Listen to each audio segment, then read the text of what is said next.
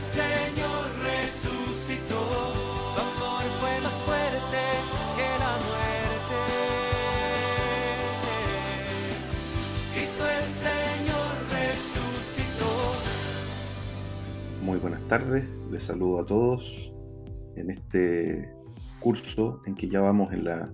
tercera sesión. Hemos tenido la semana pasada una primera reunión para poder conversar acerca de los estados de avance, acerca de cómo hemos ido comprendiendo esta secuencia temática que hemos llevado adelante. Y hoy día lo que vamos a hacer es plantear un posicionamiento histórico, que es un esfuerzo mayor, entenderán ustedes, en el sentido de comprimir en menos de 40 minutos todo lo que puede ser la evolución que ha tenido el análisis social de la Iglesia ya desde los fundamentos de la revelación, donde en el Antiguo Testamento empiezan a aparecer una serie de pasajes, de situaciones que denotan esto, cómo pasamos después a la experiencia de la Iglesia en el primer contexto, y cómo, avanzando en la historia, llegamos, ¿no es cierto?, hasta fines del siglo XIX, donde se empieza a posicionar, como hemos dicho ya en la primera clase, esta reflexión en torno al magisterio social de la Iglesia, ya con un documento en particular, Rerum Novarum, que empieza a dar forma a lo que vamos a llamar, o hemos mencionado ya, como un corpus doctrinal de la doctrina social de la Iglesia, con un nombre específico, y como eso se sigue desarrollando hasta el día de hoy. Entonces, lo que normalmente hacemos en varios meses, lo voy a tratar de comprimir muy sintéticamente en estos minutos para que tengamos presente eh, el contexto. Esta es una clase introductoria de lo que vamos a empezar a ver a continuación. Por lo tanto, no me voy a apoyar ni en PowerPoint, ni en ningún tipo de suplemento, sino que voy a ir desarrollando de manera directa, ¿no es cierto?, estos contenidos para que se pueda ir comprendiendo hacia dónde vamos. Lo primero que quiero señalar es que uno de los aspectos interesantes que salió en la conversación que tuvimos la semana pasada, que es con lo que se abrió ese conversatorio, y eso es lo bueno que tiene ese tiempo de interacción, me permitió dar una respuesta genérica en relación a este vínculo que quizás para algunos no es tan claro entre lo que es el acercamiento al salterio, ¿no es cierto?, y la doctrina social. Yo ya ahí di una explicación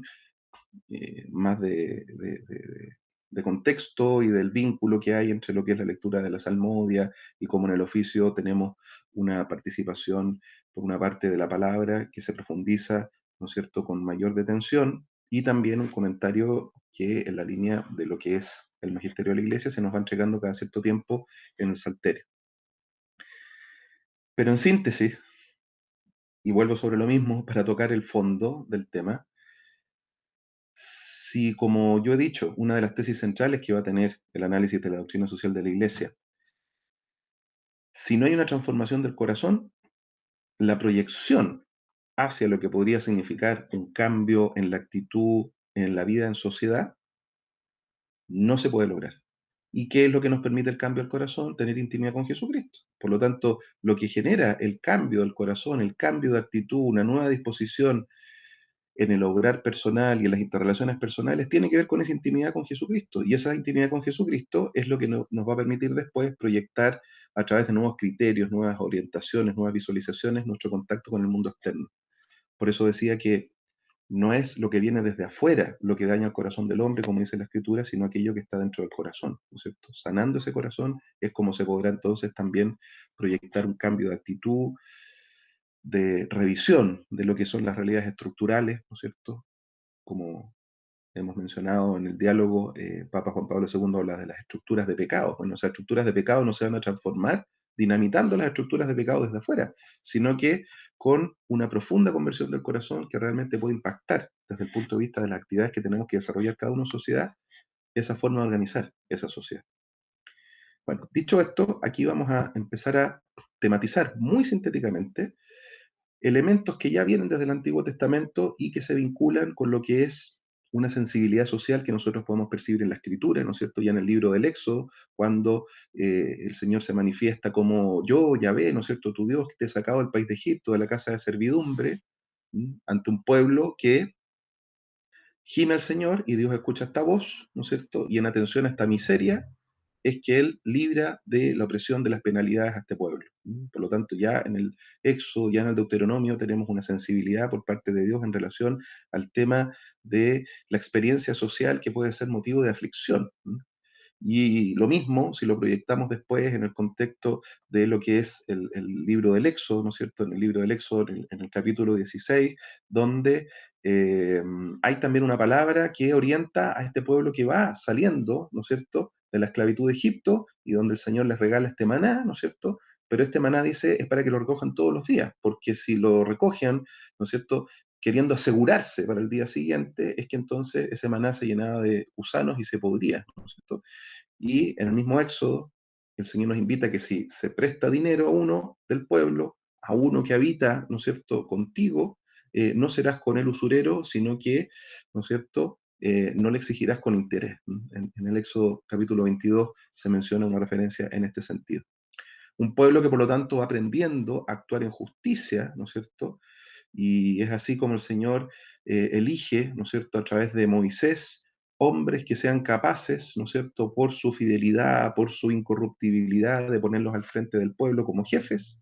¿no es cierto? Y esto se lo dijo el Señor a través de su suegro, y Moisés escuchó a su suegro, ¿no es cierto? Y por lo tanto eligió hombres capaces que los puso al frente del pueblo para que a grupos de 1000, de 100, de 50 y de 10, ¿no es cierto?, llevaran adelante este análisis del juicio, de dar a cada cual aquello que le corresponde, una función social muy importante.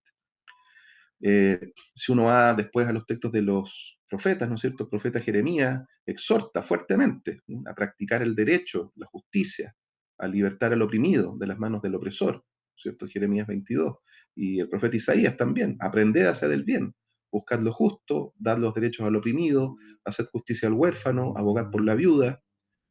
Por lo tanto, es un pueblo que ya desde lo que es la transmisión, ¿no es cierto?, de estos contenidos veterotestamentarios, va recibiendo por parte del Señor una invitación a hacerse cargo de estas situaciones de eh, cuidado, por una vida justa, por una vida que se haga responsable de los efectos que vamos a causar en los otros en el contexto de la vida social, incluso en ámbitos tan sensibles como puede ser la preocupación por la vida, un tema que más adelante vamos a analizar cuando veamos los grandes temas, y uno de los grandes temas sea la familia. Ya en el Éxodo, ¿no es cierto?, advertía el Señor que orientar que no haya en la tierra mujer que aborte, al mismo tiempo no explotarás al jornalero humilde, ¿no es cierto?, como dice Deuteronomio 25, no torcerás el derecho al extranjero, los pobres tienen derecho a coger los alimentos que necesitan para matar el hambre, Deuteronomio 23. Por lo tanto, hay una serie de ejemplos en el Antiguo Testamento donde ya se ve una clara sensibilidad que tiene Yahvé por el tema social en medio de este pueblo al que ha llamado a salir de la esclavitud de Egipto. Y es de alguna manera esta configuración de la preocupación social la que va articulando las relaciones de este pueblo, cosa que después se va a proyectar también en el Nuevo Testamento. En el Nuevo Testamento tenemos presente que ya con el anuncio, ¿no es cierto?, que se da en el Evangelio de Lucas, capítulo 4, cuando se ha de anunciar esta buena nueva del reino de Dios, que es a lo que envía, sigue el discurso diciendo que esto se ha hecho para abrir los ojos de los ciegos, para liberar a los oprimidos y decir a los pobres que Dios les ama. Por lo tanto, hay una dimensión que tiene que ver con la liberación de la opresión y que tiene que estar bien conducida desde el punto de vista de los que llevan y detentan este poder o esta autoridad.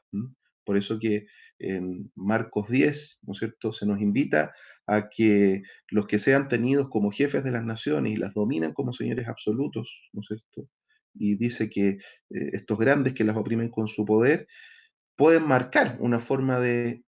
desenvolverse en el contexto de lo que es la vida del gobierno o de la responsabilidad política. Pero dice, no ha de ser así entre vosotros, ¿no es cierto?, sino que el que quiera ser grande será vuestro servidor. Por lo tanto, marcando una forma de hacerse cargo de lo que es la vida social, el gobierno y asumir las responsabilidades que está en función del servicio. No ante un hedonismo consumista, ¿no es cierto? Y por eso la invitación reiterada a repartir a los pobres, a compartir y volcarse en justicia y solidaridad de cara a lo que va a ser también la revisión del juicio final. ¿m? Porque es ahí donde se nos va a examinar en función de la misericordia con la que nos abrimos a los demás, ¿no es cierto? Habiendo dado el pan al que tenía hambre, trabajo al inmigrante y al parado, donde las condiciones de vida digna del enfermo, ¿no es cierto? Y el que se olvida además en la soledad de la cárcel o de la familia rota, tienen una especial importancia. Y este espíritu es el espíritu que se va recogiendo en la vida de las primeras comunidades, ¿no es cierto? Donde se va invitando a suprimir estas barreras entre los hermanos para cultivar el desprendimiento de los bienes materiales, teniendo especial sensibilidad esta iglesia que surgía por los pobres, ¿no es cierto? Porque Dios a ellos los ama con una especial predilección,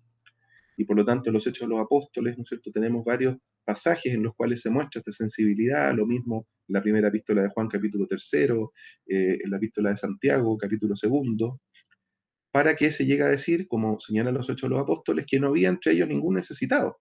Se repartía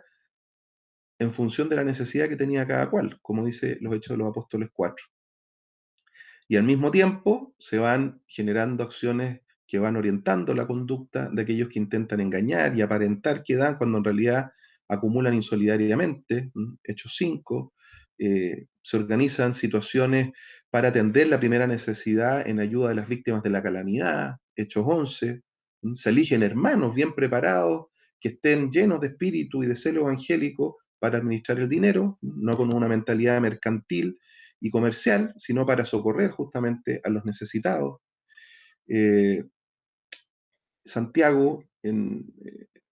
el capítulo segundo de su epístola, ¿no es cierto?, nos muestra cómo no se hacían distinciones entre las personas, ¿no es cierto?, los pobres en dinero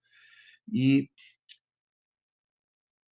influencias que probablemente no tienen, ¿no es cierto?, son sin embargo los más ricos en humanismo que los opulentos que se burlan del necesitado. Y el mismo Santiago insiste en esta denostación de las ganancias a cualquier precio, por aquellos que viven sometidos a esta motivación de tener y tener más. La Epístola de Santiago en el sentido es rica en esta orientación de carácter social, ¿no es cierto?, donde invita a abrir los ojos ante este salario no pagado, ante la vida de lujo y despilfarro, ¿no es cierto?, que puede experimentarse por parte de los que quieran seguir a Jesús y lo que es una contradicción en este sentido. Segunda Epístola de los Tesalonicenses también nos habla de esta corrección de los que no quieren trabajar, ¿no es cierto? Y que significan una carga para los demás, exhortándolos a que valoren el trabajo y a una vida, ¿no es cierto?, ordenada. Tema que después va a resaltar fuertemente el Papa Juan Pablo II en la Orem Exercens, cuando de toda esta orientación de sentido ético a lo que es la actividad del trabajo. Y después si nos seguimos proyectando, ¿no es cierto?, en cartas que se escriben en los contextos de padres apostólicos, padres de la iglesia. Tenemos una carta a Filemón, ¿no es cierto?, donde nos invita a interceder por los más explotados, concretamente los esclavos. En la carta a los Gálatas, ¿no es cierto?, se anima a cambiar las estructuras de la sociedad para vivir como personas libres. Y se asume, además, que no va a bastar con tener una organización que sea simple desde el punto de vista de lo que es la vida social. La Didache, ¿no es cierto?, en el número 4, plantea el amor a los pobres como necesidad, no rechazar al necesitado, sino que comunicar con el hermano aquellos bienes que pueden ser compartidos con otros. Lo mismo San Jerónimo planteaba esta cita maravillosa que dice, ¿no es cierto?, qué sentido tienen las paredes de nuestros templos que están cubiertas de perlas, mientras Cristo muere de hambre en el pobre, ¿no es cierto? Y por lo tanto es que invita a ver a estos pobres como el verdadero tesoro de la iglesia para dar efectivo sentido a lo que es la vida que debe vivirse dentro de la iglesia, donde en estricto rigor los templos, ¿no es cierto?, somos nosotros que hemos sido a quienes se nos ha entregado este don del Espíritu y por lo tanto nuestra corporalidad tiene una especial preponderancia. Lo mismo San Basilio, más adelante en el siglo IV, ¿no es cierto?, hablaba de una genuina redistribución de los bienes. El pan que tú tienes, decía él, pertenece a los hambrientos, y el manto que tú guardas en tus armarios pertenece al que va desnudo. El calzado que se pudre en tu casa es del que anda descalzo. En resumen, eres injusto con aquellos a quienes pudiendo socorrer no socorres. Un tema fundamental desde el punto de vista de la formación del discernimiento en el contexto de la toma de decisiones en materia social. Eh, San Juan Crisóstomo, también en el siglo IV, ¿no es cierto?, habla claramente de la práctica de la justicia. El que no comparte sus bienes con los pobres, diría, comete un robo contra ellos y atenta contra su propia vida. Y San Ambrosio, un poquitito más adelante, no le das al pobre lo que es suyo, sino que le devuelves de lo suyo. No le das lo tuyo, sino que le devuelves de lo suyo. Pues lo que es común y ha sido dado para el uso de todos, lo usurpas tú solo. San Clemente de Alejandría también nos presenta un planteamiento en la línea de lo que va a ser la perfección cristiana, ¿no es cierto?, donde plantea cómo Dios ha creado este género humano para la comunión y la comunicación de los unos con los otros, lo que va a ser una primera visualización del destino universal de los bienes, que después va a trabajar de manera más sistemática la doctrina social en el siglo XX, y por lo tanto todo es común y no pretendan los ricos tener más que los demás. Así pues, aquello de que tengo y me sobra, ¿por qué no he de gozar? No es humano ni propio de la comunión de los bienes. Más propio de la caridad, es decir, tengo, ¿por qué no dar a los necesitados? Y el que así orienta su vida, dirá San Clemente de Alejandría, ese es el perfecto, porque ha cumplido el mandamiento de amar al prójimo como a sí mismo. Por lo tanto, podemos ver que ya en el contexto, ¿no es cierto?, de la tradición hebrea, de la experiencia de la iglesia primitiva, el tema de la orientación del punto de vista de lo que va a ser esta sensibilidad, ¿no es cierto?, que se presenta ya como antecedente en la Sagrada Escritura y que después va a seguir avanzando en el contexto de la vida de la iglesia primitiva y que se va a seguir desarrollando en el ámbito, ¿no es cierto?, de la iglesia medieval, donde van a empezar a surgir la configuración de las universidades, ¿no es cierto?, con el trabajo de aquellos que se van a hacer cargo de la distribución de lo que son los bienes en el contexto del mesocosmos, ¿no?, los que asumían los roles de la distribución administrativa, jurídica, todos ellos obviamente clérigos o muy cercanos a la vida de la iglesia, formados para llevar a cabo esta misión, en relación a los cuales la ciudadanía tenía un especial reconocimiento. Va marcando esto, obviamente, una forma de convivencia, una forma de estructurar y de organizar el mundo, una cultura, como hemos mencionado, un depósito de valores que se van acumulando y se van, ¿no es cierto?, incorporando en esta tradición de la doctrina social que se sigue proyectando en el contexto de la vida medieval, sigue profundizando en el ámbito de la vida moderna, con los ribetes propios de la vida moderna, ¿no es cierto?, con una mayor propuesta de autonomía, de todos aquellos criterios que se fueron incorporando en esa época, y hasta que llegamos a este momento donde ya se va a sistematizar de una manera más orgánica los contenidos del cuerpo social de la Iglesia en lo que ya hemos mencionado como doctrina social de la Iglesia, propiamente tal, que es así como se va a autodenominar ya en sus primeros escritos, ¿no? Vamos a ver que en los primeros textos de la doctrina, ya en Quadragésimo Anno, Mater et Magistra, año 31, año 61, ya se va a empezar a decantar este corpus con este nombre específico de la doctrina social de la Iglesia. Entonces, vamos a tener una primera fase en el contexto moderno, ¿no es cierto?, y contemporáneo, preconciliar, donde van a estar articulados todos estos documentos, ¿no es cierto? Rerum Novarum en el año 1891, Quadragésimo Anno de Pío XI en 1931, Mater et Magistra de Juan XXIII, 1961, Pacem in Terris de Juan XXIII también en 1963, todos estos documentos que yo ya les he enviado un esquema de explicación en PowerPoint y también los documentos eh, recogidos de la publicación oficial de la página del Vaticano para que ustedes los puedan consultar y profundizar. Hemos dicho que este curso no es un curso que esté orientado a lo que es la lectura de los documentos, sino que a dar sí ciertos lineamientos genéricos, ciertas aproximaciones que nos ayuden desde esa lectura particular que tienen que hacer ustedes para tomar criterios de orientación en relación a lo que va a ser fundamentalmente grandes temas y problemáticas que vamos a empezar a tratar desde la próxima sesión, en la que empecemos a jugar con la relación entre valores y principios de la doctrina social, y después con problemáticas específicas que nos vamos abriendo en el contexto contemporáneo para que sean analizadas a la luz de la doctrina social. Esa va a ser fundamentalmente nuestra tarea, hacer una aproximación, un abordaje crítico, más incisivo, explicativo de lo que van a ser esas situaciones. Por lo tanto, aquí no nos vamos a detener en hacer un excursus comparativo del punto de vista histórico, qué se dijo en este documento, qué se dijo en este otro, en términos de detalle, sino que me estoy basando en estos elementos complementarios que les he dado y en algunas referencias que voy a hacer en esta sesión para que tengamos como esta panorámica.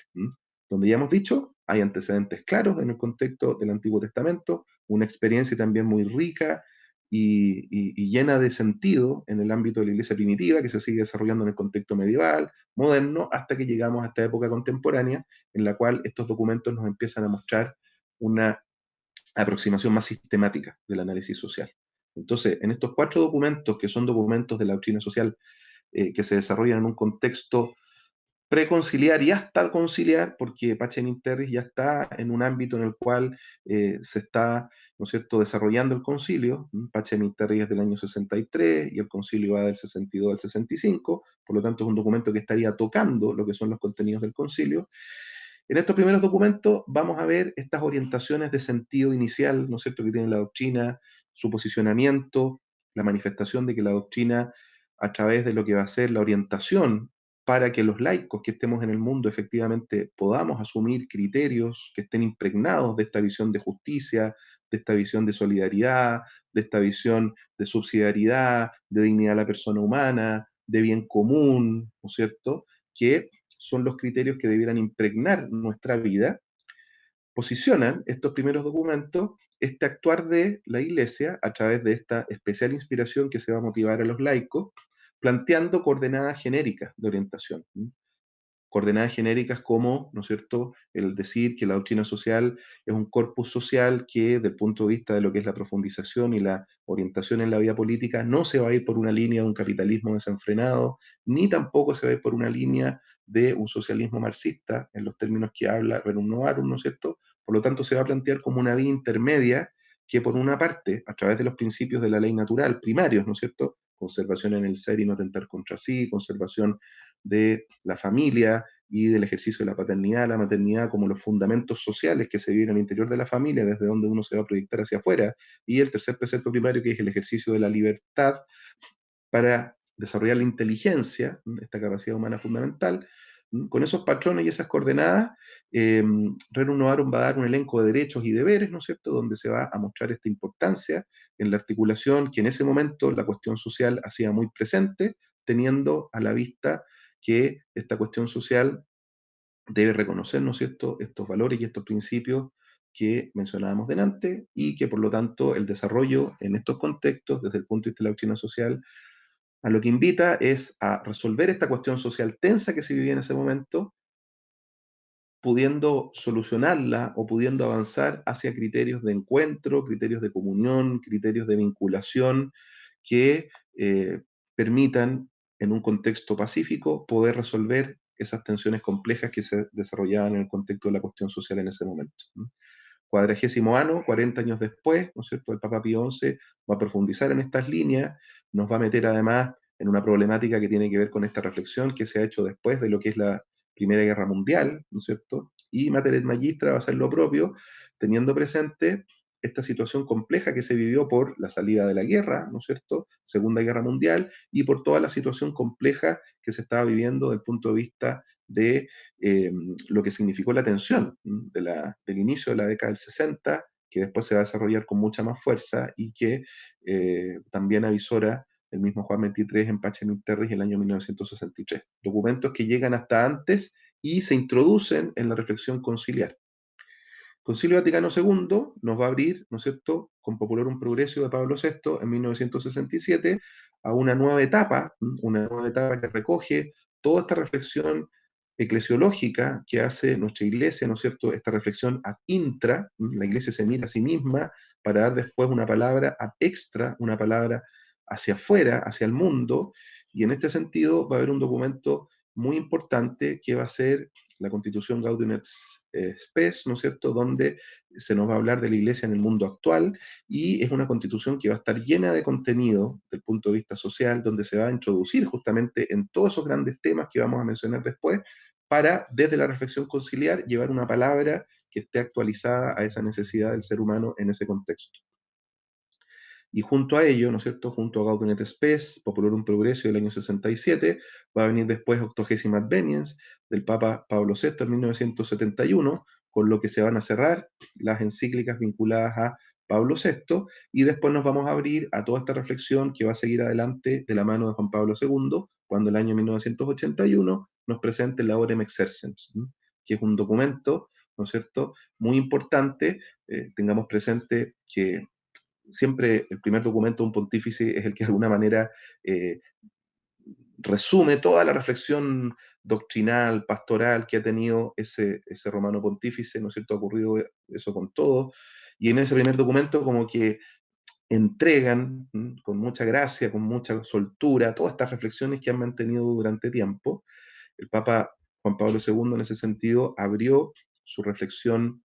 con un primer documento que fue Redemptor Hominis, donde planteó justamente que el ser humano va a ser el camino por el cual tiene que transitar la iglesia.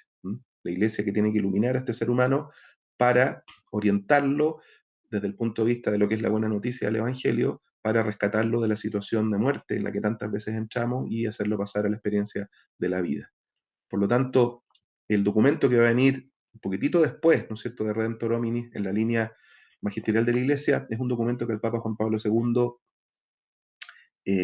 refleja muy bien lo que es su preocupación, un hombre que fue formado, ¿no es cierto?, con el dolor de la Segunda Guerra Mundial, en contextos de canteras, con la situación de vida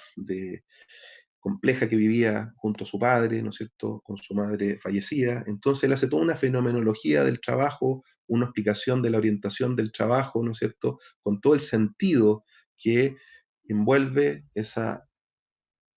proyección de la redención en el ejercicio de este trabajo, en la Orem Exercens, y después, en el año 1987, nos presenta Solicitud Rei Socialis, ¿no es cierto?, y Centesimus Annus, el año 1991, donde sigue profundizando en todos estos nuevos temas y estas grandes problemáticas que va viviendo la Iglesia en el contexto contemporáneo, haciéndose cargo especialmente de lo que empieza a ser un tema que fue trabajado fuertemente por el Papa Pablo VI en Popularum Progressio, ¿no es cierto?, para el Papa Pablo VI había una clave de interpretación de la doctrina social que tenía que ver con el desarrollo humano en todas sus dimensiones, no solo el desarrollo económico, sino que también y fundamentalmente el desarrollo humano, espiritual. Y entonces el Papa Juan Pablo II se empieza a preguntar después, ante este planteamiento de Popularum Progressio, ¿no es cierto?, ¿qué es lo que nos está ocurriendo como humanidad? Porque pareciera ser que todas estas tensiones que se daban en los momentos en los cuales escribe Pablo VI se empiezan a agudizar, y empezamos a ver que en este ámbito del desarrollo nos empezamos a encontrar con países que siguen un camino del desarrollo sin detenerse, países especialmente que se desenvuelven en el contexto del hemisferio norte y el hemisferio sur, en el ámbito americano, en el ámbito africano, en el contexto asiático, en muchas partes de Asia, en el ámbito del sur, se va quedando relegado este polo del mundo. Y por lo tanto, dice él, empezamos a reconocer distinciones que se abren en lo que son países del primer mundo, segundo mundo, tercer, hasta un cuarto mundo. Aquellos países que van quedando finalmente muy relegados por una brecha que empieza a ser prácticamente insuperable desde el punto de vista de cómo se va a poder abordar las problemáticas en relación con ellos.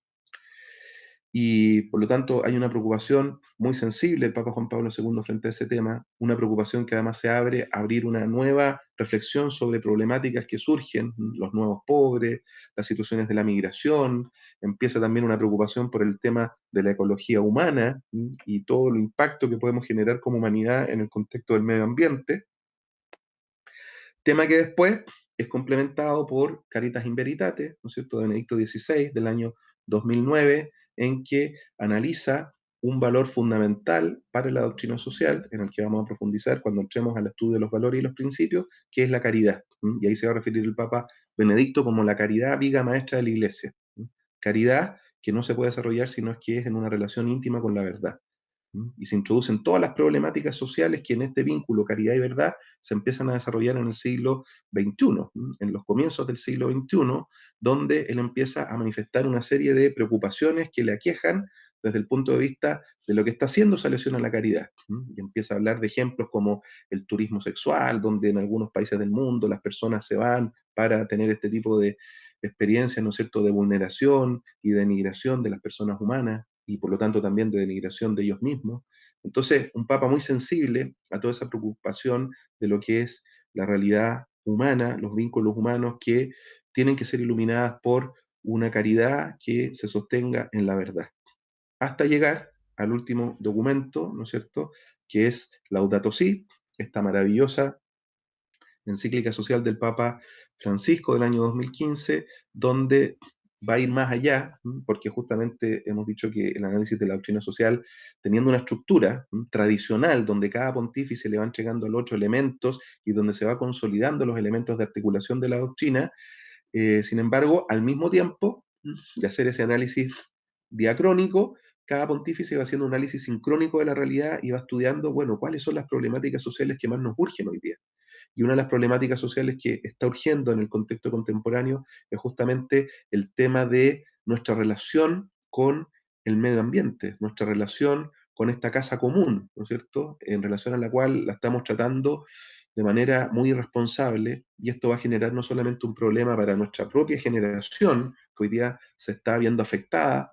desde distintas perspectivas por la contaminación, ¿no es cierto?, a través de los gases, a través de los líquidos, por los plásticos, ¿no es cierto?, que van configurando estas islas de plástico, como alguna vez hemos visto, me imagino, en estos reportajes de,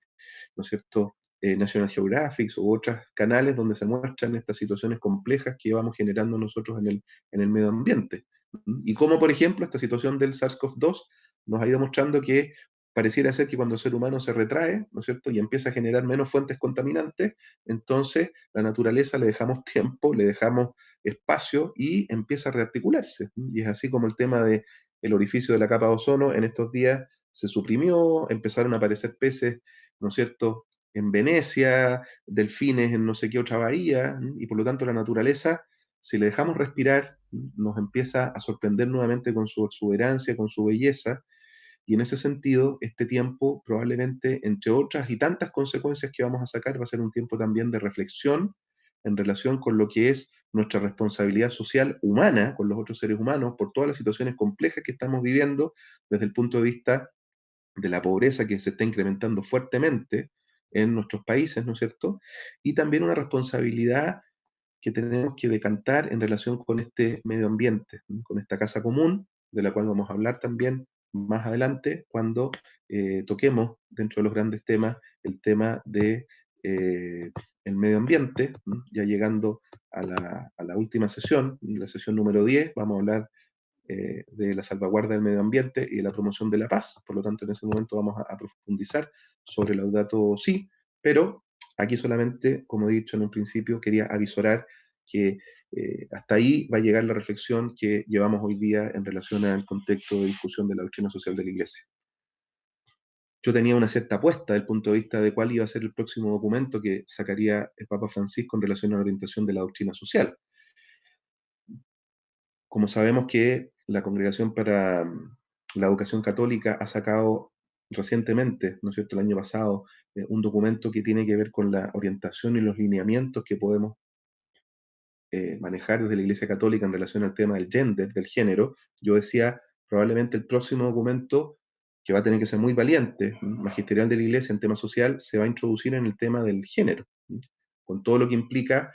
la ideología de género o teoría de identidad de género y el vínculo con la Iglesia, tema en el cual yo me he metido con bastante detalle a investigar durante varios años, pero puede ser que la orientación del Papa para dar una nueva encíclica social, dado el contexto en el que estamos, vaya en la línea de lo que es la situación que estamos viviendo con esta pandemia. Así que estaremos a la espera de cuál será el nuevo documento, que yo creo que probablemente va a ir en un sentido u otro, en la línea de lo que es reflexionar sobre el tema del género, desde el punto de vista de lo que es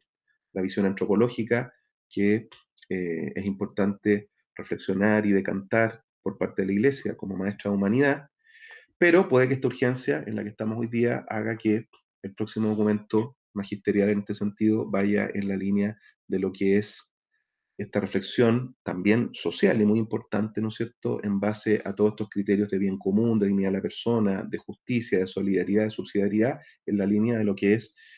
la nueva forma de enfrentarnos a esta pobreza que empieza a surgir en el contexto de nuestra pandemia. Bien, lo voy a dejar hasta acá. Como ustedes se dan cuenta, era una panorámica general para que nos diéramos cuenta y releváramos elementos que desde la perspectiva de la historia vienen desde muy antiguo y desembocan en lo que son estas reflexiones contemporáneas que podemos hacer sobre la doctrina social de la Iglesia. Y ya en la próxima sesión nos vamos a introducir concretamente en el primer diálogo entre valores y principios de la doctrina social. Entonces hemos llamado a esto diálogo entre valores y principios de la doctrina social 1, y ahí vamos a ver el diálogo entre el valor de la verdad y el principio de dignidad de la persona humana, intencionando de qué forma esta relación, a través de una pregunta. ¿Qué tienen que ver los derechos humanos con la doctrina eclesiástica? ¿Ok? Entonces los dejo con esa pregunta. Por favor, vayan leyendo los textos de la doctrina social para que vayan alimentando, ¿no es cierto?, ese cúmulo de conocimientos del cuerpo social de la Iglesia, que obviamente es el que nos va a ir dando los criterios de deliberación y de análisis para, como decíamos ya en la primera sesión, tener la capacidad de no solamente reflexionar sobre estos valores y principios, sino que orientarlos para acciones prácticas, ¿no es cierto?, que tengan que ver con la manera como desde la doctrina social nosotros podemos impactar e influir en el contexto de nuestro mundo. Así que dejo esta sesión hasta acá, les doy un gran abrazo y espero que además nos podamos ver el próximo jueves para llevar a cabo un nuevo diálogo dentro de estos que estamos sosteniendo en este curso tan rico que ya está agarrando fuerza y velocidad en relación a lo que es por una parte, este vínculo entre la liturgia de las horas a través del estudio de los salmos, que son los que nos alimentan, como decía en un principio, el corazón, el que transforma el corazón, para que después, con este nuevo criterio, con esta nueva perspectiva, con este discernimiento, podamos entrar en este análisis social, en el cual, como decía, no vamos a poder entrar si no hay antes una conversión del corazón. Por lo tanto, el vínculo entre estos dos elementos parece ser muy claro, aunque formalmente para muchos no haya parecido así, pero hay una relación íntima entre estos elementos. Así que estén muy bien, que tengan una buena semana y nos vemos la próxima.